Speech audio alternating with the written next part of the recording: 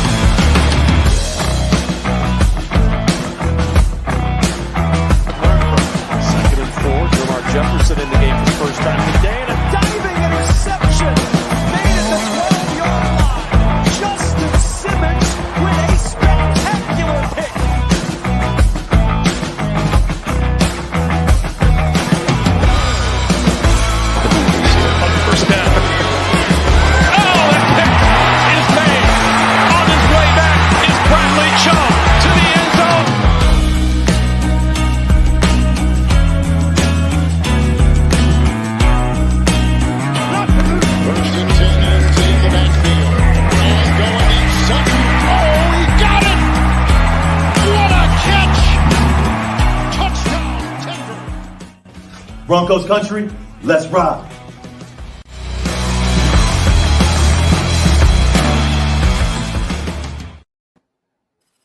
Good morning, Broncos country. Good morning, what up? It is another beautiful game day, as you saw. It is week 3 of the preseason, the final preseason game. This is where we're going to see who makes a final 53-man cut. Visuals, some units. Good morning. I hope everyone is awake, alive, and ready to watch some Broncos football. Good morning, Jonathan Baki. It's not okay. You know what? We've been best friends for almost a decade, and I swear to God, you call me Jonathan one more time. Look, dude, I do. It is not my name. It is not my name. To be fair, Johnny is not my name either, but my name is John. I don't think I've ever called you John ever. No, you haven't. But that's I've always called you. It's not Jonathan. It has never been Jonathan. Well, it's never been biblical. It is the biblical John. Thank you. It's never been Johnny either. But for some reason, I always call you Johnny. I've never called you John. Yeah, well, in fact, well, that's because I tell people call me Johnny because there's a million Johns in the world. You say, "Hey, John," and like 50 dudes go, "What?" But you say Johnny, 1, maybe 2. Yeah. Well, I still have your name in my phone, still saved as Baki, and I haven't called you that for years. No, you haven't. I'm not going to change it because it's B's and it's early on. And I call you a lot, so it's at the top of my contacts. Yeah, but I have you in my top 6 favorites. So top 6. Yeah. There better be very important people above me. Wife, mother. Debatable. That's your interpretation. Yeah. How you doing today, Johnny? Dude, it's been a busy morning already. The little ones decided to wake up at like 5 a.m, so that was awesome. Yes. And then me and the wife went and got some grocery shopping done at about 7:30 to 8 a.m. I do have to. And so it's been a busy morning already. How's Dawson doing? Is his face better? You know, he had that pink eye, that nasty. Ugh, it was. Did you have to pin him? Did you have to pin him down again today? Oh yeah. Putting those eye drops in, a 1.5-year-old. It's like torturing a toddler. It's terrible. Yeah, it was really sad to see, but it had to be. But you know, he's getting better. He's getting better, so that's good. Looking. Are you excited for game day, Johnny? Because one person that's excited for game day is Dave Full Glass. He says, "Morning NRW crew. A little less than 12 hours from kickoff. I hope the guys come to play today. One step closer to real meaningful football. Welcome to the Jonathan and Pookie show." I actually, because those are both names that we hate, but that's not a bad name. Yeah, but I'm not. You know what's crazy, Johnny? You know what's crazy? Do you remember who I compared this to in the Bible, as in Friends? Who? You don't remember? I'm trying to remember, dude. How drunk was I? Not at all. Okay, then I got no excuse. David and Goliath. Oh my God. What was David's best friend's name? That was perfect time. What was David's best friend's name? Jonathan. I'm actually, yeah, you're right. All right, but no, I'm not Jonathan. So, thank you everybody for coming in. Like this video, subscribe to this channel, share this video with your friends. This is the Get Bucked pregame show. We're here 11 a.m. Central Time before every game, whether it's on Saturdays, Sundays, Mondays, Thursdays, Tuesdays, Wednesdays. The pregame show will always be the day of the game at 11 a.m. Eastern Time. 30 to 45 minutes after each game will be the Buck Your Feelings post-game show with our other hosts, Dreamweaver, Jay Weaver, and myself. 9 times out of 10, I'll be at work, unless it's on Sundays, and I'll be back here in my new setup. But which I like, by the way. Thank you. It looks 30, nice. 30. I got to put some stuff on the walls, but other than that, it's a lot more comfortable, a lot more. I'm about to overhaul the stuff on my wall back there. I'm going to do some changes. That's a lot of work because there's a lot of stuff on that wall. There is a lot of stuff on that wall. There's a lot of stuff on that wall. Yeah, and I want to overhaul it a little bit, get things moved around, a little more consolidated, looking a little slicker. It's gonna be good. It's gonna look nice. Also, don't forget the Thursdays podcast, the Nothing Wrong with Orange and Blue podcast, every Thursday. OG at 6 p.m. Central Time. Is that right, Johnny? 6 p.m. Central Time? Yeah, it's 7654. So yep, 7654 with Johnny and Jay every Thursday at 6 p.m. Central Time. Welcome, NRW crew. Welcome, man. Johnny, you got the merch store pulled up? I'm pulling it up right now. Guys, while I'm pulling up our merch store, if you would please do me a giant favor, like, subscribe, share. Come on, guys. I know you know other Broncos fans. Help us out. Help us out. Get it out there. Let's build the family. Click that like, ring that notification bell so you know when we go live. That way you don't miss out on any of our awesome, fun shows. Right. Also in the bio below, make sure you click the link that takes you here to the NRWOB merch store. Get you some swag. We got everything, man. The Nothing Rhymes shop. We've got three different designs in black or white, depending on what kind of what kind of shirt or whatever you want. I need a Mile High 5 hoodie. They're in there. A Mile High 5 hoodie. And I'm telling you right now, the quality of the t-shirts and everything like that it's second to none. It's high quality stuff. We got mugs, we got cups, we got stickers, and there's even onesies for the babies and stuffed animals. And you gotta get clothes for the babies. There is even, believe it or not, there is even bandanas for a dog bandana for their collar. Wait, we need to get bandanas for humans because I would. Yeah, we have those too. We have those too. Yes. I'm so pumped. I'm gonna get my hands on that hat. I'm gonna get my hands on that hat here soon. Right? Look, guys, get you some swag. We would really appreciate it. And I promise you'll love the quality. So, thank you. That's the merch store. Let's move on. It is game day, baby. Woo! What day is it? Game day. No, what time is it? Game time! But it's not game time. We still have hours. So what day is it? It's game day. What time? The game is late tonight, isn't it? 8 p.m. Central. So so it's 8 o'clock for us. So yeah, it's a late game. I'll be at work. Yeah, I'll be at work. It's another. It's going to be a busy day. I think we're supposed to. Be like a small I'm gonna be at work fair. too. I'm gonna be at work too. However, kind of cool how we were able to do it that very first week in the preseason with Jay and the Buck Your Feelings post game show. All three of us were able to be on because of the time frame, and it'll be the same thing tonight. I'll be able to be on with you guys again. Fantastic, love it, love to have you. Absolutely love to have you. Ronald Samples in the comment section as always. He says it's game day. You're absolutely right, Ronnie Sam. You're back at home in the Mile High City. It's a home game. It's a home game. The fans get one more, look at our boys in orange before we hit the road for week 1. But it's it's gonna be fun. It's gonna be fun. We won't have to talk about it today. The news came out last night. Week 1, we will be playing against Geno Smith. So it's Russell Wilson versus Geno Smith. Who's the better quarterback? Who has a better defense? Who has a better offense? Are you actually asking that question? Is that no? Legitimate? That's what they're going to talk about. The Broncos are predicted. But all right, Johnny. First topic, we have KJ Hamler and Albert O. We have the 53-man cut. We have the 53-man roster being solidified after this game. Hey, who do you think is going to make it? Who are you excited to see? What's the first? You tell me what our first topic is. What's the first topic? Let's talk about KJ Hamler coming back and getting some reps. And it was one of the most straightforward answers. There wasn't a question about it this week of whether he was going to play. Usually when Nathaniel Hackett gives his press conferences, he's always we'll see. He always says we want to do this the right way, which is fine. We don't want to just rush him in. We want to do this the right way. But when it came to KJ Hamler getting his reps, he's like, yeah, I think that's a possibility. We'll talk to him. We'll see what he wants. And I think it was by Thursday, they were like, yeah, KJ Hamler's going to play. So it's interesting what they see from KJ Hamler and whether or not they believe he's healthy enough. It's going to be fun to see. It's going to be fun. Back out there. It's going to be fun.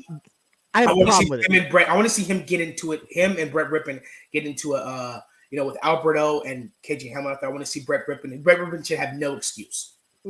Josh Johnson hasn't had KJ Hamler. Brett Rippon will. I want to see maybe not necessarily a bomb, but a few passes to KJ Hamler. Get his feet going underneath him. Get his adrenaline going. Challenge accepted. I have a bit of an issue though, right? So we have heard a lot lately about how much Nathaniel Hackett does not like playing his starters in the preseason. He's adamant about it, right? And as such, we as Broncos country, we have not seen any of the players we really, really, really want to see out there, right? Besides Alberto. Well, yeah, but he's still trying to prove to the coaches he's got what they want, right? Mm-hmm. So, I'm talking like I want to see Jerry Jeudy, I want to see Russell Wilson, even for a series. I want to see, on defense, I want to see my boy Justin Simmons, and K-Jack flying around the field. I want to see shout out Jay Sims. Yep, good friend of the show, Jay Sims. Good friend of the show. I want to see all that, right? But we haven't gotten to. And all of them have basically been telling the coach, I want to get in the game. I want to play a little, Mm-hmm. And he's saying no. Now with KJ, with KJ. No, you're right. I'm a little bothered by it that he's going to allow it because he didn't want any of these other dudes to get hurt, but he's going to, what is that? Is that bourbon beer? This is the one I was telling you about. Yeah, you're going to have to bring that one over. Save me one bottle. Save me one bottle. You've drank the last one. No, it better not be. You have drank enough of my beer over the years. You can bring me a bottle of that. I just bought you some more like 3 weeks ago. Last time I was over there. Wow. Okay. Wow. You've been over here like 3 times since then. So anyway, about the point. But anyway, it bothers me that, KJ's just going to be in the game like that, especially when, being the one who's coming off of an entire season, an entire year of rehabilitation for 2 major surgeries. Well, that I think is the in defense of Nathaniel Hackett's decision and KJ Hamler's decision, because they made this decision, it seems like, together. KJ Hamler is the one out of all the starters, the Cortland Suttons, the Jerry Judys, to come off that major injury. KJ Hamler had not been in really full team practices. He'd been doing individual stuff on the sideline, getting in where he can. Yeah, everybody else wasn't rehabbing. So when it comes to the joint practice against the Dallas Cowboys, where the ones played against the ones, KJ Hamler wasn't a part of that. Cortland Sutton and Jerry Jeudy got to be a part of that, get to see the full game action, the play call. KJ Hamler wasn't there. This gives KJ Hamler an opportunity to be put in that situation, to hear the play call, to get out there, to get his feet underneath him, to see how his game speed is, get hit a couple times, see what it's like to take contact again. And if I know anything, if I know any better, I think he'll play one series. I think Nathaniel Hackett will intentionally call plays that are designed for KJ Hamler, and then he'll pull them. I don't think he's going to keep him in there for more than one series.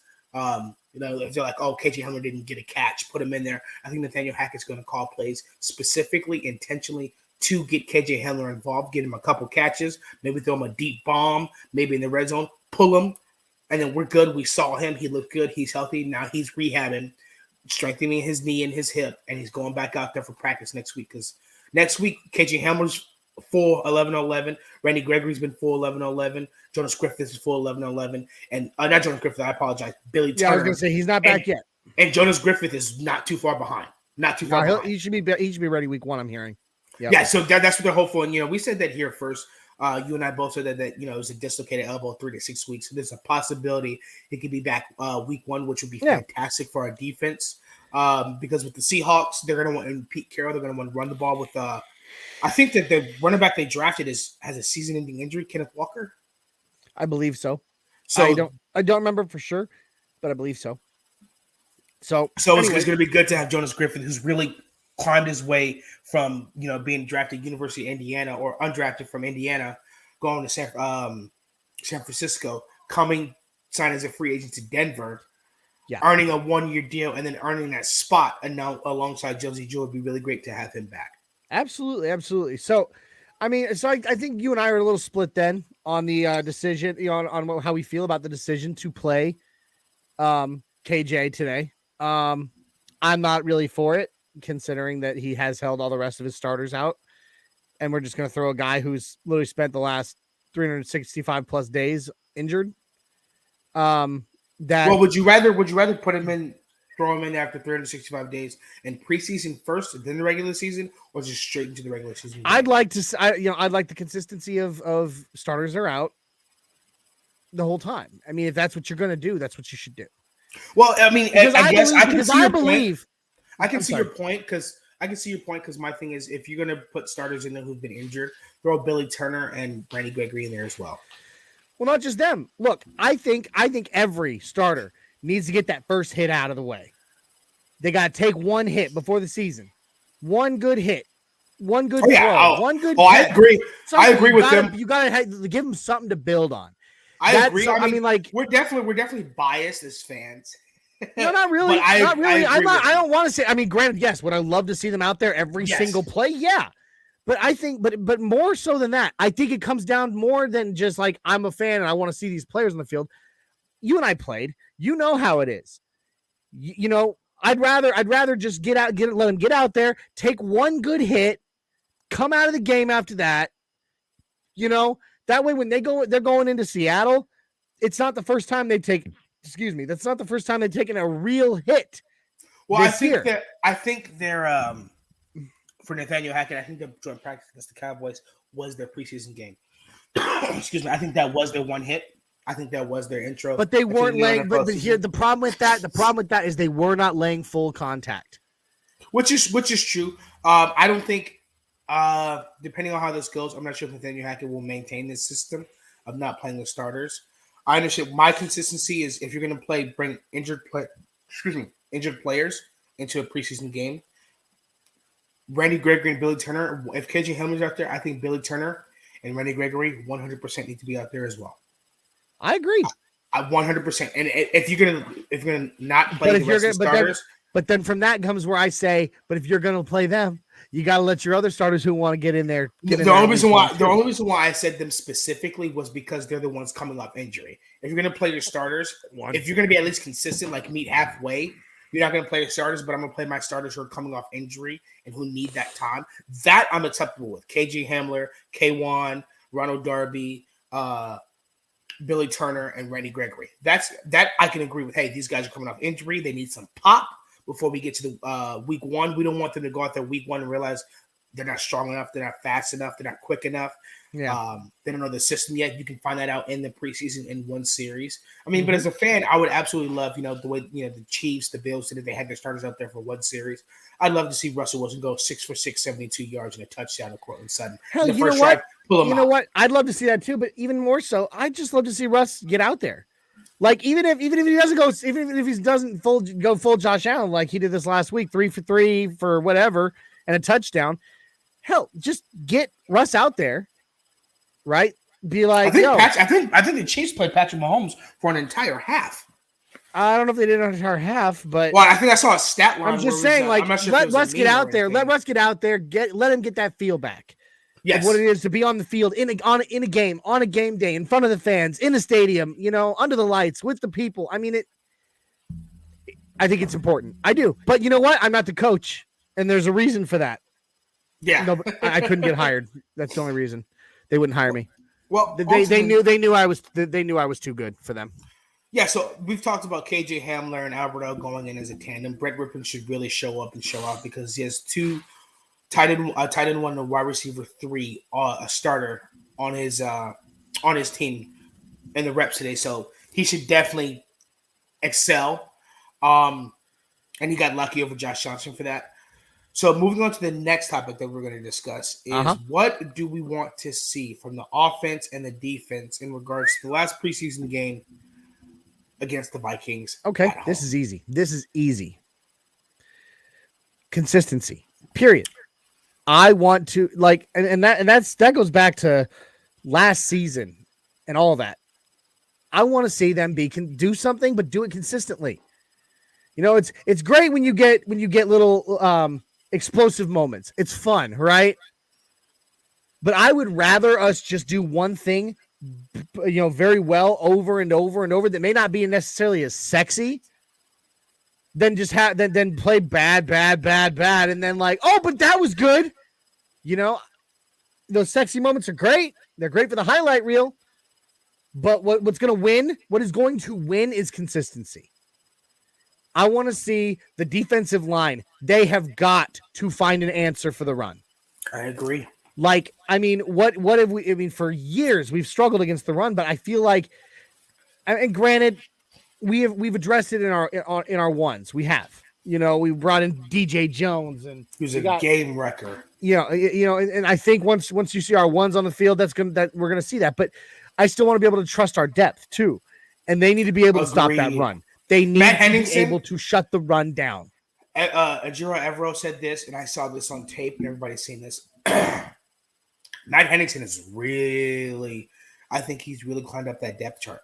He's made some impressive pass rush moves, some run stopping moves. I want to see him. Matt Henningsen's going to be one to watch. I want to see him dominate and take over this game. I want to see him make a name for himself. Because as Evero said, he said it's very rare to see a guy who doesn't take a step back as a rookie during the preseason. He said he's just constantly improved. I mean, that's great. I want to see again Matt Henningsen as the depth on the D line. I also want to see McTelvin and Gene as well, I think this is his third year. At this point, his third year, he shouldn't be getting blown off the ball like he is. He knows that. He knows that. We can see it. The coaches see it. He can see it. He can feel it. Well, he hears it too. I mean, yes, and he can feel it when he's on the field. So I want to see. I agree with you. I want to see the defensive line absolutely dominate the Vikings today, and depth, and just really take what happened last week, take it, internalize it, and then let it out. Compartmentalize. And then let it out on their offensive line. What I want to see today is what I'm going to be looking for is. And I kept tweeting this. If you watch Green Bay, Green Bay's run this outside zone scheme for a long time. Mm-hmm. So players are there that know how to run it. If you watch Green Bay's, even their depth and their run game, that especially because Nathaniel Hackett came from that and he's bringing that over to Denver, that is exactly what the Nathaniel Hackett is trying to bring to the Broncos. Is when you watch the Green Bay's run game in the preseason, there's massive holes, massive cutback lengths. I mean, they're just having a field day out there in Green Bay. Buffalo had the same thing run the outside zone scheme, and they were killing us in the run game. Yeah. The results of that is what I want to see. I want to see it click. I understand it's not the ones, but if you are going to make this team, if you're going to be on the 53-man roster and you are on the depth, and for God forbid, knock on wood, something happens, you're going to be expected to step in there and create those same opportunities and create those same holes for those running backs. That is what I'm looking for today. Yeah. I'm looking for our offensive line to absolutely dominate the run game because we have not seen it at all. And that's one of the things that has me worried is if our depth looks as bad, do our starters look that much better? No, granted, we have Garrett Bozart and Reisner and Lloyd Cushenberry all familiar with the outside zone scheme. Billy Turner is going to step in at right tackle, familiar with the outside zone scheme. Quinn Miners is learning it, but still, I want to see our depth because if somebody has to step in there, I don't want to think back. Oh, is this a guy that misses assignment in preseason, or is this exactly? A guy wow, yeah. That's the thing. I going into this. I said this the other night with on Nothing Rhymes with Orange and Blue. Is that I have no concern really with our starters. I'm very confident already. We haven't even seen them play, but I'm very confident in the starters we've got and what they'll be able to do. My concern, and granted, great points have been made. I've heard made, saying we're not going to see all these guys on the field at the same time during the regular season. These guys will slot in. These guys will slot in when injuries happen, or a guy just needs a breather. And they'll be surrounded by other starting level, starting caliber talent. But still, just like you said, I want to be able to trust the people. I want to be able to trust our people that are going to step in to know that this guy knows the system. This guy knows what he's doing. This guy's ready to freaking go. I mean, we have a few players like that. Tom Compton, Netanya Muti, who are big, who could be starters on a different NFL team. But they're both injured. Tom Compton? I thought he was believe. PUP. Oh, that's right. They put him on reserve PUP. So I'm saying we have the guys. Tom Compton came from did he come from the 49ers? Eagles. No, that was Alex Singleton. No. Alex Singleton. I think Tom Compton, correct us in the chat if you guys know. I think Tom Compton came from the 49ers. Whatever it is, Tom Compton is familiar with he came from the 49ers. He's familiar with the outside zone scheme and the West Coast offense. Yeah. Tony Mutu, who's been said to be one of the strongest guys on the team, who's athletic as well. So we have these guys who are good, athletic, and familiar, but they're injured. So that's where Luke Wattenberg, or Graham Glasgow's doing a fantastic job. So you got Luke Wattenberg, who has to step up as a rookie. Graham Glasgow, who's the veteran, and he's definitely the standout offensive lineman on that second team. But these guys have to step in and on this offensive line. And, we had a couple over the last few years. We've had some rotations at the offensive line. And so the depth is important, but it's not just having bodies, but it's the quality of the personnel that you have.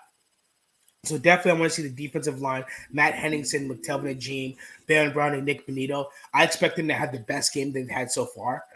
And I definitely want to see the offensive line and Mike Boone just come out and just have it together. Just maybe the first play you're trying to get into it, and after that it just clicks.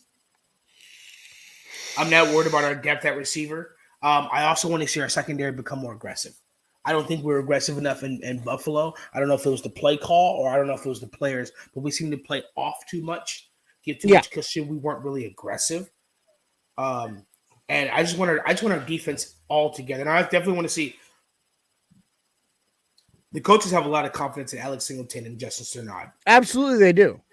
Which I've seen some good plays, but I don't feel confident. I've seen some good plays, but I don't feel confident. I want to see Alex Singleton and Justin Sternad punch somebody in the mouth.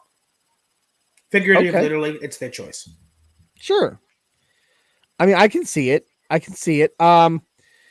So the Broncos going into this, basically, I mean, obviously, this is the last preseason game. Today, this is the last chance for these guys to earn a job. I mean, for the most part, I think most of our 53 man is already set. You really look around. We kind of already know. We kind of already know based on majority of positions who's going to be our starters and even who's going to be our backups for most of them. So, there's a lot of guys here that are really going to be fighting to get those last couple those last couple jobs that will exist on special teams and whatever. And so it's very important. As much as I want to see the consistency, I also want to see these guys go out there and show, even if they have a blown play, right? Like, I want to use like a defensive back as an example, just any of them. You know what I mean? Goes out there, plays his coverage tight, but blows the coverage. But he puts in effort that is unbelievable going up to that. You know, that's what I want to see. I want to see who's the hungriest. Who wants it more? Who Maximum wants it more effort than anybody else? It may not look pretty. It may not even look good. But you know what? If you go out there, you know, to me, at least this was how it was when I played. For me, if someone went out there and put in way, and my coach was this way too, way more effort than anybody else, even if you didn't have the best, you know, results out of it, he was more likely to trust you because you could see how much you wanted it, how much you didn't take it for granted. Does that make sense? 100%. So, you know, that's what I want. I think that's what the coaches wanted. They said everything's a competition, every position. Hell, even Sam Martin is out here fighting for his job. Yeah. I think and when it comes to the receivers, I think they're gonna cut who we expect. I think they're gonna keep all of them and may designate them as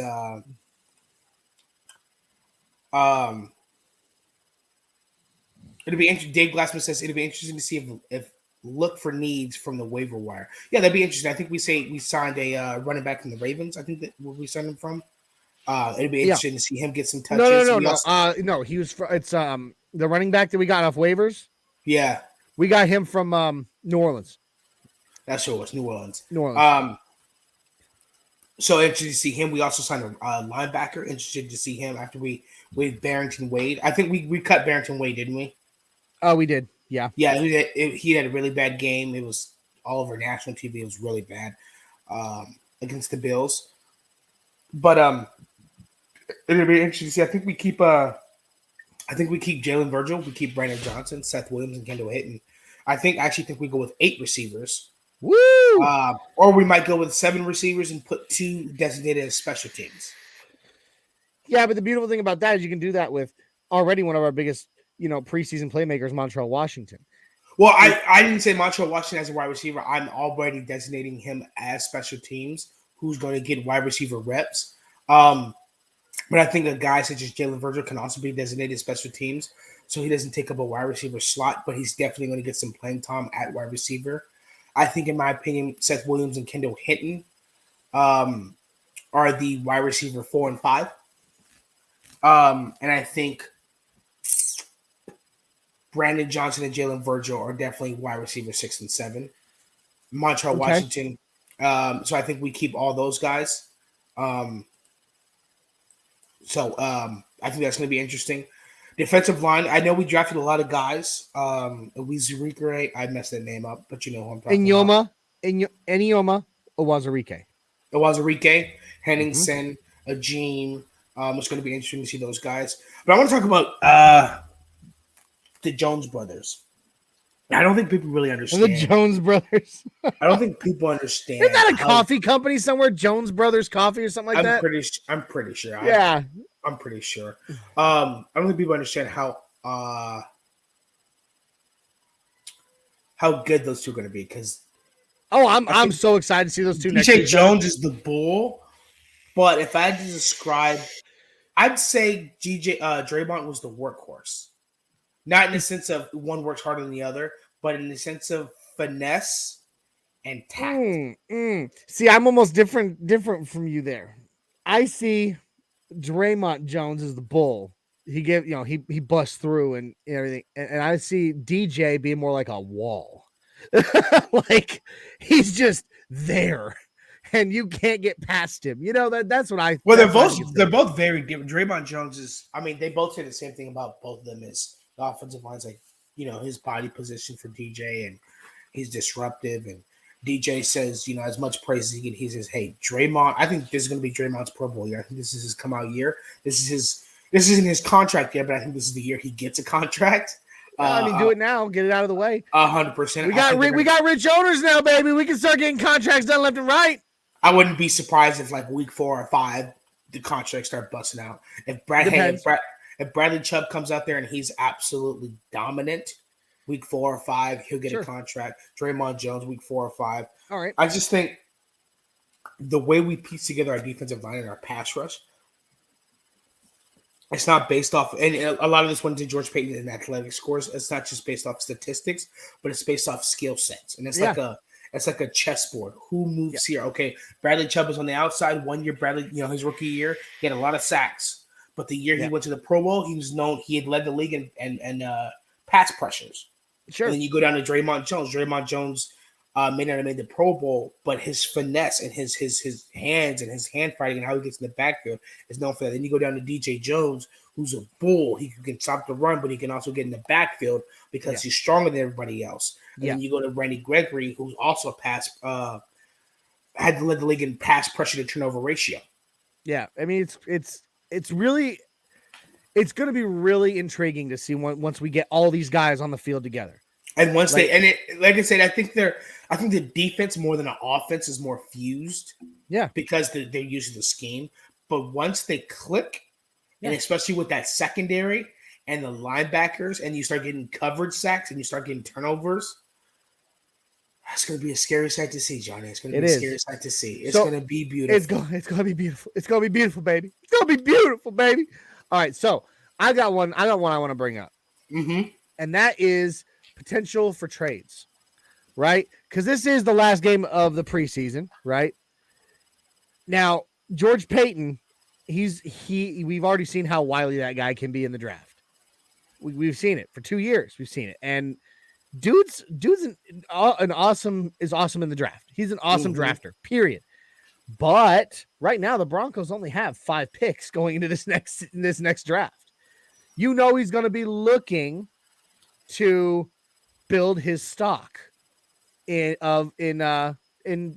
draft picks going into 2023. So, who's on your trade block? Who might we be looking to have a good showing and then possibly be worthy of trading away for picks? I'm gonna go maybe first. One of the receivers. Go ahead. Oh, I was gonna go first with a punter actually, and that's he got hurt last week during warmups, which sucked. Sam Martin, good punter. He's a consistent punter. He's a good dude. I see though, after what we've seen from Corliss Waitman, popping in and doing what he's done, I'm not, he needs to work on his consistency a little bit. But what I've seen so far, I could trust him enough right now that I'd be okay putting up Sam Martin for maybe a 6th, 7th rounder. Well, this game definitely will answer that question. Yes, it will. And I think that one thing that we've had good punt coverage, good kickoff, but we've had good punt coverage.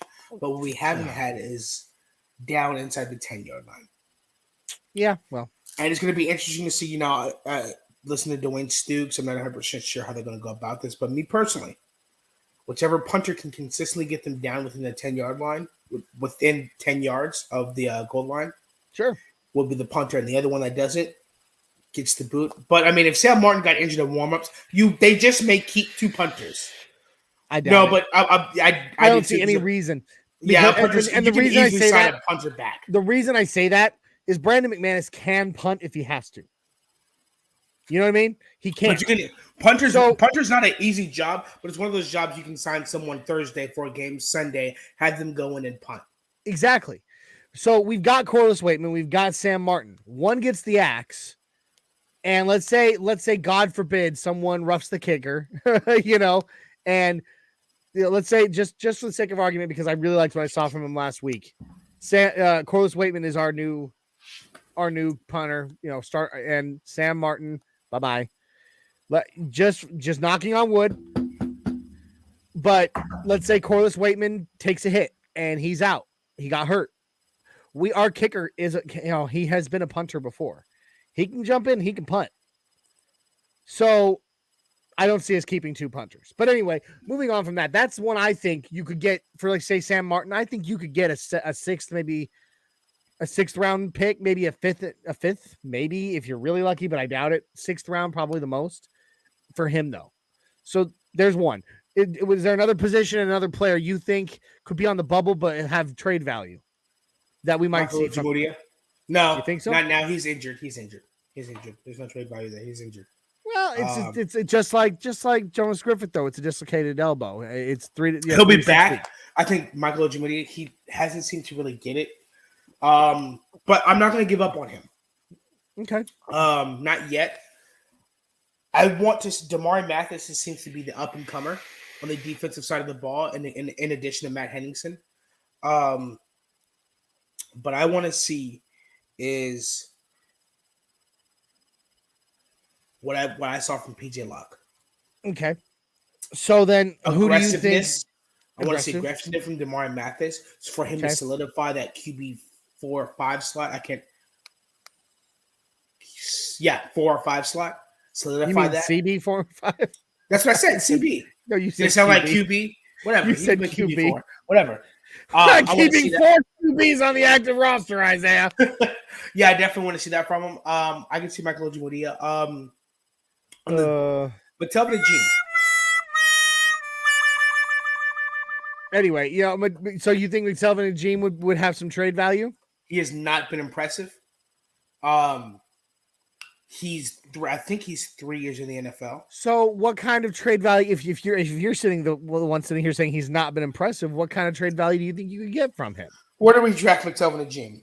I think he's a 3rd rounder. Excuse me. That sounds right. But that's 2. That sounds right. He was 3rd or 4th, but I believe he was a 3rd. So I can see a 5th. You think we get a 5th out of him? 5th or 6th. Okay. Because he hasn't been impressive. He's a 3-year veteran. And, we have some more depth at that defensive end position. Mm-hmm. He's a 3rd-year defensive lineman from Arkansas. Mm-hmm. Where do we draft him? Yeah, he's a 3rd year. He's been in the NFL a little bit. What round did we take him in?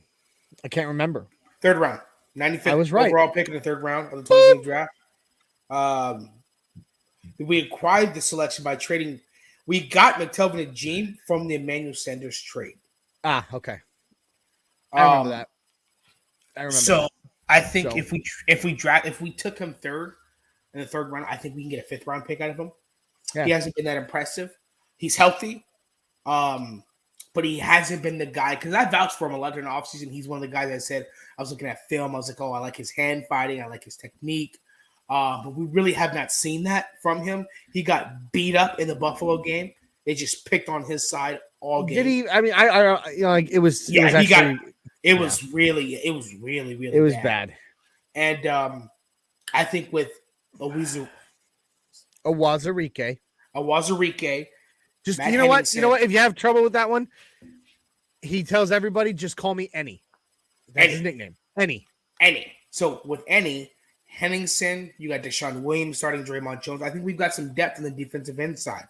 I think McTelvin and Gene might be the odd man out. He's got some more experience, 3rd round pick. Sure. You can get him higher, maybe for a 5th round pick. So I can definitely see him on the trade block. Inside linebackers, no. I wouldn't be surprised if Jonathan Cooper was in the trade block. I was about to say, let's talk edge, because I believe we can get some trade value for somebody off. I haven't seen anything from him. I haven't seen anything from him. Who, from Jonathan Cooper? Yeah. I mean, he's been out there. He hasn't really had any like major pressures. He hasn't had any, he definitely hasn't had any sacks, but he has had some like. I don't consistent. Think he's actually has not been too bad when setting the edge. But he won't be a trade. He won't be a trade. He'll be a release, because I think he was a 7th round pick because of his heart, right? He was a 7th round pick, but even the only reason I think you could still maybe get something for him, because even though he was ultimately a 7th round pick, he's got tape.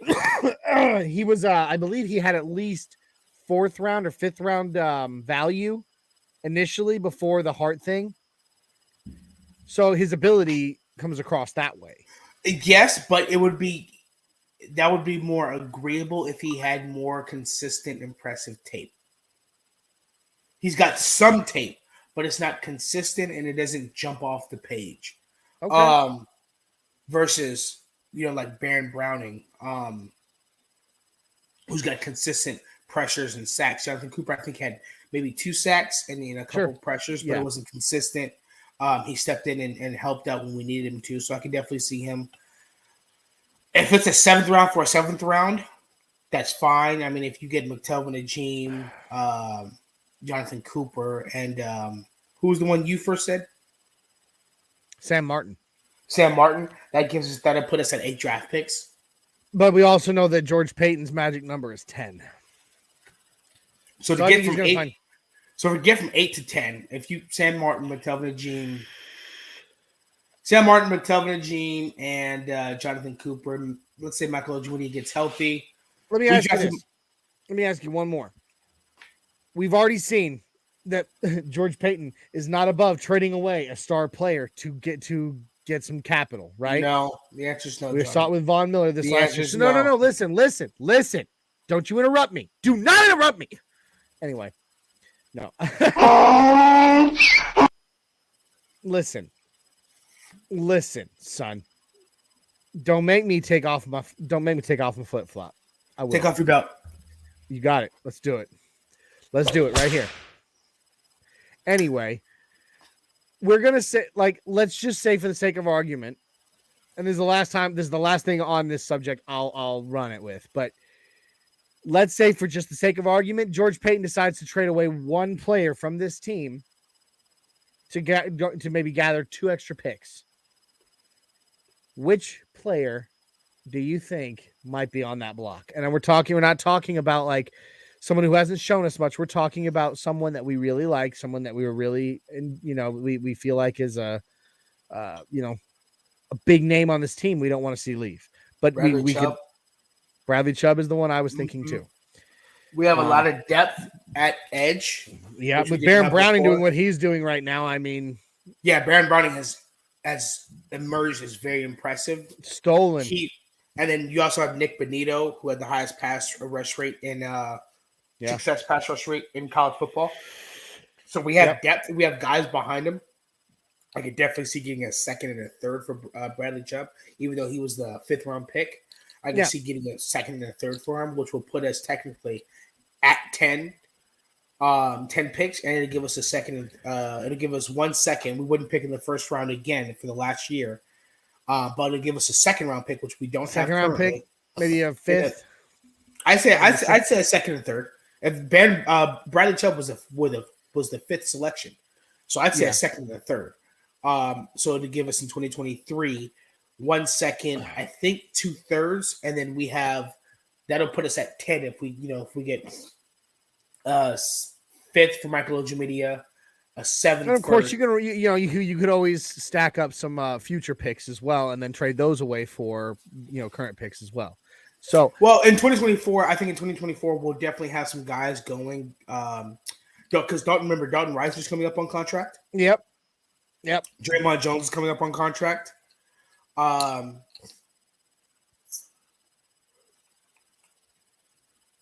I would be surprised after this season if we kept Melvin Gordon. I wouldn't be opposed to that. I think with Melvin Gordon, it's going to be a year by year basis. Yeah, I wouldn't be surprised. I don't think he's ever going to get more than a year anywhere. Honestly, not just in Denver. I don't think it does. I don't think it matters.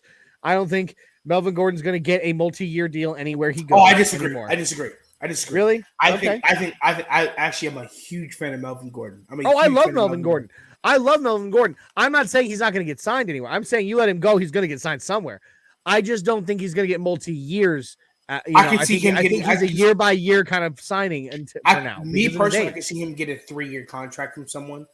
I could definitely see him get a 3-year contract by someone. I would give it to him. I wouldn't be surprised if the Raiders, the Bills, the Chiefs. I would give it 2 max, and that's not in any way indicative or even saying anything about him as a player or it's him his age. It's his age at the position he's playing, because when running back drops off, it drops off. When a running back drops off, it happens quick. But he's pretty healthy. But so was Frank Gore. So was Frank Gore. Yeah, and he played 16 years. Yeah, I know, but I'm saying, but the moment that Frank Gore dropped off, it happened like that. it was like 1 week he was great, and the next week, and from then on, it happens fast with that So position. in 2024 we'll have Dalton Risner, Draymond Jones looking for contracts.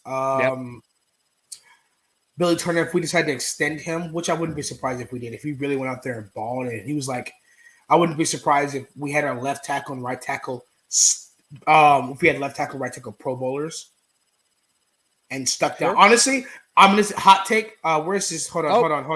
No, I'll do it. I got you. You got a hot take? You got a hot take, baby? Hot take. I wouldn't be surprised if Lloyd Cushenberry was a Pro Bowler this year. This year or next year. This next soundbite is towards me. I find your lack of faith disturbing. You don't believe it? No. He has not. He hasn't. At the risk of sounding like that, he has not shown me anything over a 2-year career to make me believe that. I agree with you. Nothing. But I think having that veteran quarterback of Russell Wilson has elevated his game to a level that we've been waiting for. Excuse me. I think switching the scheme to an outside zone scheme he still has to not give his butt. He still has to not let his butt get pushed backwards. That's what I think the changing scheme kind of changes that and gives him a little bit more leeway to move left and right. We're still talking about a quarterback in Russell Wilson who holds on to the ball longer than most quarterbacks. Granted, yes, he makes more happen out of it than Drew Lock or Teddy Bridgewater when they would hold on to the ball and then throw it short of the sticks. Our offensive line is what do we? I think ESPN gave us the number 4 offensive line in the NFL. Is that what they gave us? Who? What? I think we were ranked. I think preseason rankings going to the NFL season. I think was it ESPN gave us the number 4 offensive line in the NFL. Could be. I didn't see it. I'm not. I saw that. I'm not going to sit here. I'm not going to sit here and pretend that I did. I don't know. I did see it. They gave us the number 4. Kansas City Chiefs had the number 1. They gave us the number 4 offensive line in the NFL. The Chiefs had number 1. Yeah, because I mean they had their Pro Bowl over the Arizona Cardinals. Please. Yes. The Chiefs have they after that Super Bowl against the Buccaneers. The same thing the Bengals did. They went and revamped their offensive line. They got who did they get? They got Joe Tooney. They got their center. I still don't think it's number 1. I still don't think it's number 1. I mean, people also say that about the Broncos not being number 4. That's true. So you're a monster. I definitely think that with our offensive line improvement. Dave says I thought it was 5, but who's counting? Was it 5? Might have been. I don't know. Top 5 isn't bad. 4 or 5. That's really, really, really good. Complaining, but all right. So we're running out of time, and I know this is your show, but I've got a question for you, if you don't mind. So give me, in your opinion, 2 position battles that you think obviously we have to see one in this game. Which positions and who's going to win the position? Obviously, I think from my side of it, we're going to see who's going to be our backup quarterback. That's the one competition. That's the first competition we're going to see. I think that competition's over.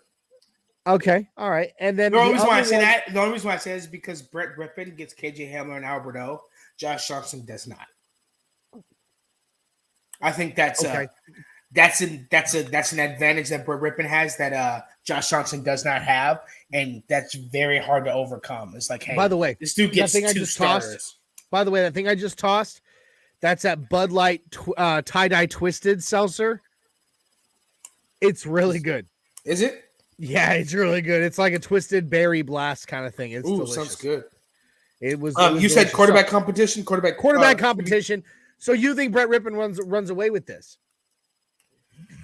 I think he runs away with it because he has better weapons. When Josh Johnson gets in there, Josh Johnson won't have KJ Hamler.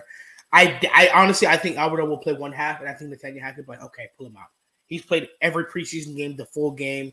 We got to get him ready for the season. We don't want him injured because he's playing a full game, the last preseason game. I just think that Brett Rippon gets kind of like not because of performance. I think Josh Johnson had a really good preseason game 1. Brett Rippon had a pretty good preseason game 2. But I think because he gets KJ Hamler and Albert O, he's going to look better because he has better targets. Sure. I can't really speak to specific persons, but position-wise is definitely DB, cornerback. Damari Mathis. Why am I blanking on the rest of the names of the DBs that we have? But what I'm looking at is defensive line. Yeah. And cornerback. I'm looking mostly at defense.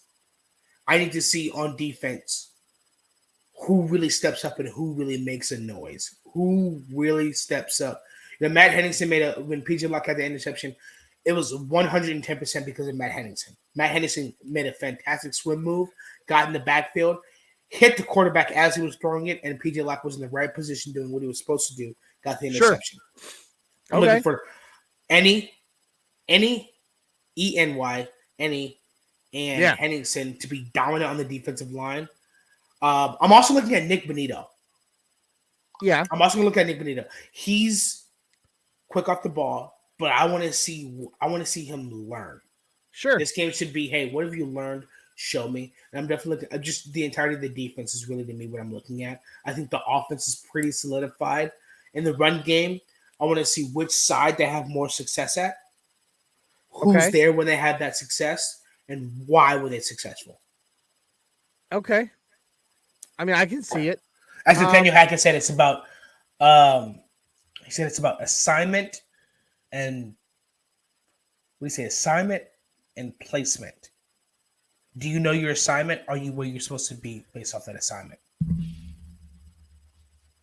I mean, it's an excellent question. So I mean, we both agree that we will definitely see. I think Brett Rippon's going to take the job. Mm-hmm. I think Brett Rippon's going to take the quarterback job. So do you, apparently. I know that our Nothing Rhymes counterpart, my cousin Dreamweaver, thinks it's going to be Josh Johnson. So I mean, I don't know. Me, you, and Jay will discuss after the game and see if he still thinks it's Josh Johnson. Yeah. Because, I mean, it'll be hard to – I mean, if the only way is Josh Johnson, if Brett Rippon goes up there with Albert O and KJ Hamler and plays like complete crap, and then Josh Johnson comes in with the backups and can move the ball efficiently, gets in the red zone, score a couple touchdowns, get a field goal. That's when Josh Johnson will be quarterback 2. The only way Josh Johnson will be quarterback 2 is if Brett Rippon cannot, for some reason, command the offense, move the ball with 2 of the starting receiver core. And I consider Albert O part of the receiving core as a tight end. 2 out of the 5 receiving core. You're missing Sutton, Jerry. 2 out of the 4 receiving core, you're missing Cortland Sutton and Jerry Jeudy. You have Albert O and KJ Hamler, and if you can't move the ball efficiently, consistently, and put up points, and then Josh Johnson comes up in with the exact same offense, probably, honestly, close to the same exact plays with the backups, and he's able to do it, then Brett Rippon loses the job. But I can't see Rippon not, messing up that bad. No, I can't either, but I do. Me personally, I still believe Brett Rippon takes it. I do. I don't know why. I just have this. I guess I have this feeling, given everything that Brett Rippon has done with this team. Like, it's not that Josh Johnson isn't. So you think there's a loyalty factor? Not necessarily loyalty. I don't think it's about loyalty at all. Well, Jay says flip Rippon for a 6th. I think if this was the Baltimore Ravens, yes. Yeah. Because Josh Johnson, one thing I will give the Ravens credit for is what the Ravens have done for the backup quarterbacks. Every single backup quarterback is fast and can run, and they can run the offense that they have specifically designed. They got backup quarterbacks for their offense. And they're all similar to their starting quarterback. So they tailored their offense to their starting quarterback, and they got backup quarterbacks tailored to that offense, which is tailored to their starting quarterback. Absolutely. Now, if Josh Johnson, I'd flip Ripken for 6 if Josh Johnson was on the Baltimore Ravens because he has the prototype to fit that. But I think they're looking for a consistency, manage of the offense, and efficiency. And so far, and they're kind of looking for that game manager. That's what they're looking for. And the QB quarterback, too, is the game manager. And so far, it seems as if it's tied to me. But I think Ripken runs away with it. But Dave Glassman also says Ripken has played well against lower defenses. Let's see how he plays against 1s and 2s. 100%. And that's what I want to see. That's what I want to see. That's what I've been most excited to see, honestly, from about this entire game right now. Going into it fully knowing that our starters like Russell Wilson and all that aren't definitely not playing at all today. What I have been most excited about is to see what Brett Ripken can do against 1s and 2s. Now, he's playing against 1s and 2s, but he also has, I said 1,000 times today, he also has a couple starters on his, I think Quinn Miners will play. I think Calvin Anderson will play. KJ Hamler and Alberto. He also has some starters on his side. So it'll be interesting to see, hey, you have some starters on the Vikings side, and then you have some starters on the Broncos side. Sure. So it's going to be see how he can do that. Jay says 1 drive for KJ. Yeah, we discussed this earlier. I honestly think it'll be a few. One I think series. we'll get 2 or 3. I think we'll get 2 or 3. Think, Jay, we said earlier what I said earlier was I believe if Nathaniel Hackett and KJ said, hey, 1 drive. Are you drinking Gatorade? Yeah, I just finished drinking the 2 beers. Quitter. I have to work today. Oh yeah, you did too. So do I.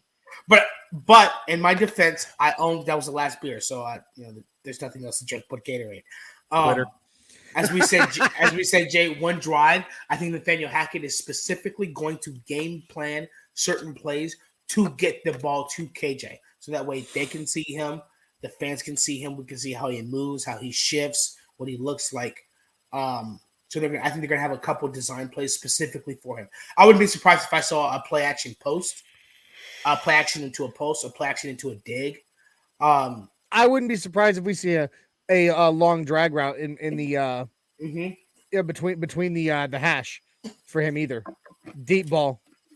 I wouldn't be surprised if we also saw a couple screens. Wouldn't shock me at all. Let him get his acceleration and his speed. So going. I'm just going to give you a quick time check there, brother. We are at 1 hour and 2 minutes. So we need, yes, probably. All right, ladies and gentlemen. Before we do that, though, we got to place our bets, right? Oh, the over under. Yeah. So, all right. Right now, the Broncos enter this contest 2.5 point favorites to win this game. That means negative 2.5, right? Yeah, minus 2.5, which means that we are 2.5 point favorites per Vegas. That's such a weird system. So the Broncos are favorite to win 2.5. The overall is predicted to be 35.5 points in the game. So Isaiah, who wins and is it over or under? Do you take the over or the under? Broncos win 35.5. Man. I'm going to go over. It's over. All right. It's over. I'm going to say Broncos win. It's over. All right. So there you go. Isaiah takes Broncos and the over. Now I've got it right here. There we go. No, Jay. -3 would mean that we are actually set to win by 3. Yeah, it's a weird thing when you're negative. Yeah. That means you're favored. When you're we are actually two. You can go ahead and look at it. You can go to Caesar Sportsbook. You can go to any of them. Broncos are at least between 2.5 and 3 point favorites to win this game. This camera makes me look fat. You do look fat. You are fat. I'm just kidding. So no, we are considered currently. Put that down. Now you look like a pregnant lady. That makes me feel even worse. No. When you look like a pregnant lady with the pillow, with the pillow in front of you, hugging the pillow, you look like you're pregnant. Put it down. Well, with my stomach, I look like I'm pregnant. So no, I look like I'm pregnant. And I mean, I've been working on this. I've been working on this baby. Me and this beautiful thing right here. We've been working on this baby for about 6 years. Anyway, but no. So no, the negative. Whenever it shows up as a negative like that, it's actually you're actually the favorite. When you're the negative, you're the favorite to win. Broncos are 3-point favorites to win this game. Now, Isaiah, you took Broncos and you said the over. Yeah, because I'm thinking of the score. Now, I'm thinking of if it's 35.5, that's what, 20 to 15? Yeah. I can see 2 touchdown drives from Brett Rippon. Okay. With Alberto and KJ Hamler. All right. I can see the Vikings also scoring some points, but what I can't see is Josh Johnson not scoring any more points. Okay, fine. That's fair. Jay, I asked him to text into me and give me his prediction because he's going to be our host of the Buck Your Feelings postgame show. So we got to know what Jay predicts. Buck your feelings. Jay, yeah. Whoa, is that a ring finger? That better be a ring finger. I put the ring fingers up because F your feelings is the actual middle finger. Buck your feelings is the ring finger.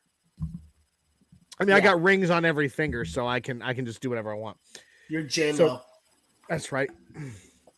I have more rings on my fingers than the Cowboys have had. No, I'm just joking. J-Lo's had more rings on her fingers in the last 2 decades than the Cowboys have had in 4.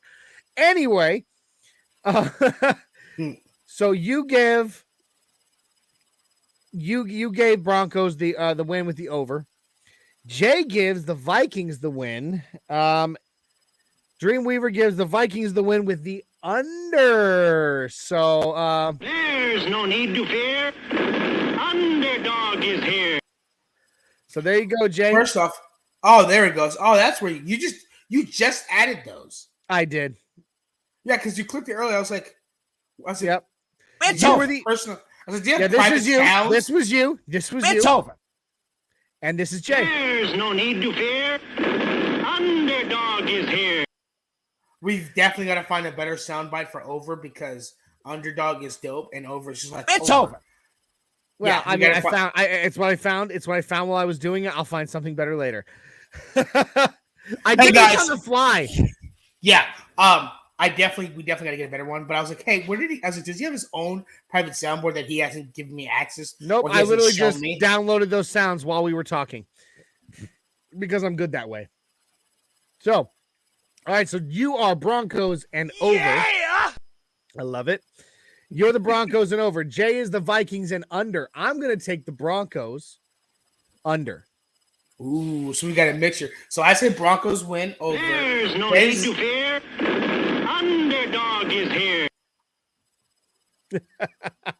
I used to remember the rap from Kyle Massey on Disney Channel when they made the movie Underdog. But I can't remember. Maybe I'll rap it one day. So I say Broncos win.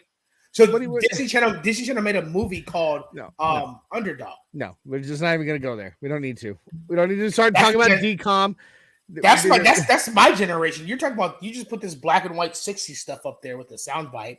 Black and white 60s. You think I was alive in the 60s? I remember I had Disney Channel original movies and the best one ever. First color TV. Wow. Well, I did have actually like an old Panasonic black and white TV from the 70s when I was a kid that my grandmother had in her house. Hey, she had the original Atari on it though, so I was able to sit there and play Pong. So I mean, Pong, hey, the original game, the original Pong, like we're not even talking about like something with Pong on it. We're talking like the original system with the dial where you're sitting there. But Pong is the first video game ever. Ever. It was. And my grandmother had it on this old black and white TV. It looked like this little the dot was so bright. It almost blinded you. And it was like, it was on that black and white TV. It was a Panasonic little TV with dials on it from 1974 or something. Panasonic. That's hilarious. And it had the little rabbit ears and it was nothing but black and white. And I think that was the first TV I ever had in my bedroom because my parents, they were like, all right, well, grandma gave us this. Here, this is yours, John. And I was like, oh, thanks. But anyway, going on. So you're the Broncos over. Jay is the Vikings I'm win under. Over. Jay is the Vikings win under, and I'm the Broncos under. So we all have 3 different things. So it's gonna somebody's gonna win. So I mean, we've covered all bases. We have. It's kind of cool. So anyway, it's been fun. I've had a lot of fun with that, and I'm gonna make sure we remember those because we're gonna talk about them tonight on Get Bucked No, sorry. Buck your feelings. You always do this. I'm sorry. Buck you. Fuck your feelings. But yes, ladies and gentlemen, thank you for joining us for a fantastic pregame show. This is the Get Buck pregame show.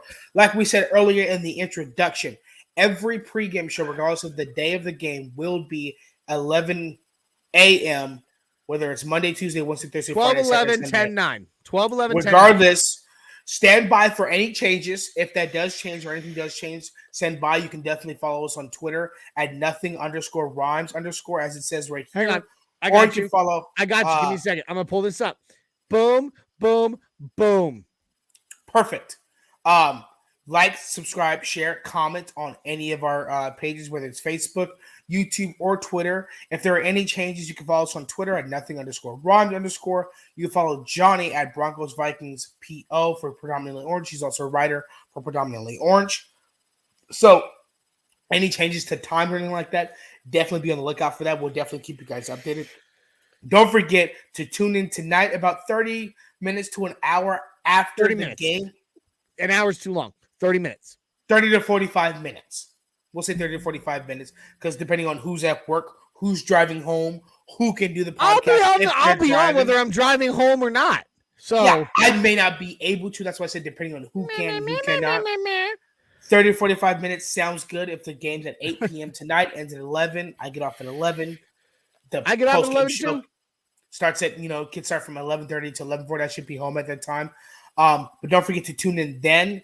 And any post-game show will be 30 to 45 minutes after any game. So, for example, when the season opener is Monday Night Football, 30 minutes to 45 minutes after that game ends on Monday, there will be a post-game show.